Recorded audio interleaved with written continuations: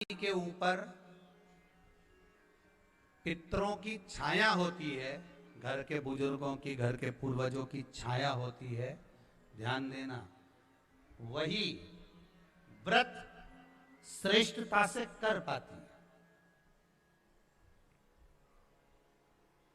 व्रत की श्रेष्ठता उसमें अपने आप आ जाती है। अगर अगर उसके साथ में अगर पितरों की कृपा है, तो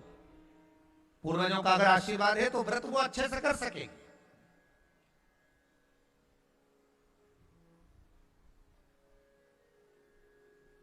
और सहज भाषा में समझ लीजिए, बहुत अच्छे से समझना इस बात को, कि मान लो, एक सरल भाषा में आप और अच्छे से समझिए उसको, बहुत अच्छे से, कि जिस व्रत के दिन आपका उपवास है, सोमवार का, मंगलवार का, बुधवार का, गुरुवार का, तीज का, चतुर्थी का, पंचमी का, छठ का, किसी का भी अगर आपका व्रत है, और उस व्रत वाले दिन यदि आपको क्रोध आ रहा है, व्रत वाले दिन अगर आपकी प्रवृत्ति चिड़चिड़ी हो रही है, क्रोध आ रहा है, अपशब्द निकल रहे हैं, रोना आ रहा है, क्रोध आ रहा है, बहुत सारी परेशानी उसी दिन तुम्हारे सामने आ रही है, समझ लेना कि तुम्हारे घर के पितर भूखे जरूर है, अन्न भाग मांग रहे हैं। एक बात पहले भी कही थी, शायद आपको ध्यान में होगा, रात्रि को सोने के बाद,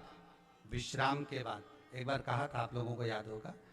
कि सोने के बाद में 2 घंटे के अंदर अगर आपकी नींद खुलती है, और खुलने के बाद यदि आपको भूख लग रही है, प्यास लग रही है, तो समझ लेना कि आपके पितर, आपके पूर्वज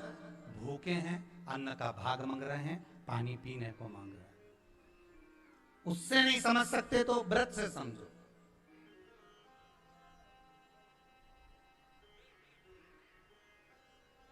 व्रत से समझो।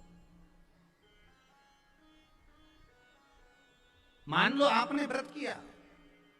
और आपकी प्रवृत्ति चिड़चिड़ हो रही है, क्रोध आ रहा है, अपशब्द निकल रहे हैं, ताने निकल रहे हैं, या कोई कुछ कहकर चले गया, और आपकी आंखों में अश्रु भर रहे हैं, आपकी आंखों में आंसू आ रहे हैं, तो वो श्रेष्ठ व्रत नहीं हो सकता, उसमें दुख है।